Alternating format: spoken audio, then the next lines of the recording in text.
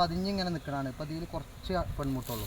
ഈ പതിഞ്ഞിങ്ങനെ നിൽക്കണ ഇത് മാത്രമേ ഉള്ളൂ പെൺമുട്ട. അത് ക്യൂനല്ലേ? ക്യൂൻ്റെ അല്ലേ? റാണിമുട്ട അല്ലല്ല, ക്യൂണ് പിന്നെ വേറുണ്ട്. ഇത് പെൺമുട്ട. ക്യൂണ് എന്ന് പറഞ്ഞാൽ പെണ്ണ് എന്നുള്ളതിന് അർത്ഥമുണ്ടല്ലോ അല്ലേ? അപ്പം അതുകൊണ്ടാണ് നമ്മള് റാണിമുട്ട എന്ന് പറയും. റാണിമുട്ട ഇതിലുണ്ടായിരുന്നു. ഇപ്പം ഇനി അതിൽ ഫുള്ള് നശിപ്പിച്ചാണ്. ഇനിയിപ്പോൾ അതിലുണ്ടെങ്കിൽ കാണാം. ഇത് നമ്മളിങ്ങനെ കട്ട് ചെയ്തിട്ട് ഇങ്ങനെ കട്ട് ചെയ്ത് റബ്ബർ ഇട്ട് വിടാൻ പിന്നെ അതിന്മേൽ കറക്റ്റ് പണി തുടങ്ങും. ഇപ്പം നമുക്ക് മെഷീനിലിട്ട് എടുക്കാനൊക്കെ റബ്ബർ ബാൻഡ് ഇട്ട് വെക്കണം. കറക്റ്റായിട്ട് അവർ പണി തുടങ്ങും.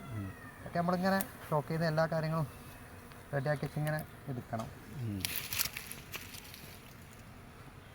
ഞാൻ ഒരു മൂപ്പയക്കണം. അടുത്ത പ്രാവശ്യം നമ്മൾ ഫുള്ളായിട്ട് എടുക്കുള്ളൂ. ഇതാണ് തേൻ എടുക്കുള്ളൂ. അതിനാണ് തേൻ എടുക്കുക. മറ്റൊന്നും തേൻ എടുക്കൂല.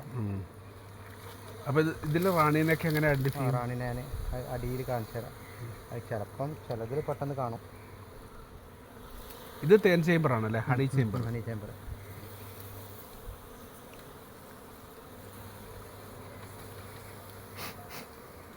ഇതൊക്കെ പണിക്കാരാണല്ലേ? മടിയന്മാർ ഇതിൽ അതിലാണ് കൂടുതലുണ്ടായിരുന്നു. ഇതിൽ കാണാം.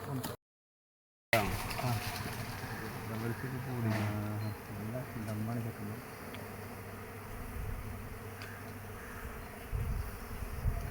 പല സ്ഥലത്തായിരിക്കും വരുന്നുണ്ടാവും അല്ലേ?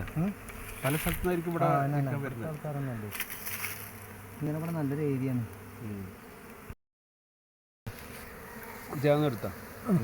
ഇത് ഈ മഞ്ഞുള്ള ഇതാണ് റാണി സെല്ല്. ഇതാണ് ഈ വരുന്നത്. ഇത് റെഡി ആയിട്ടില്ല.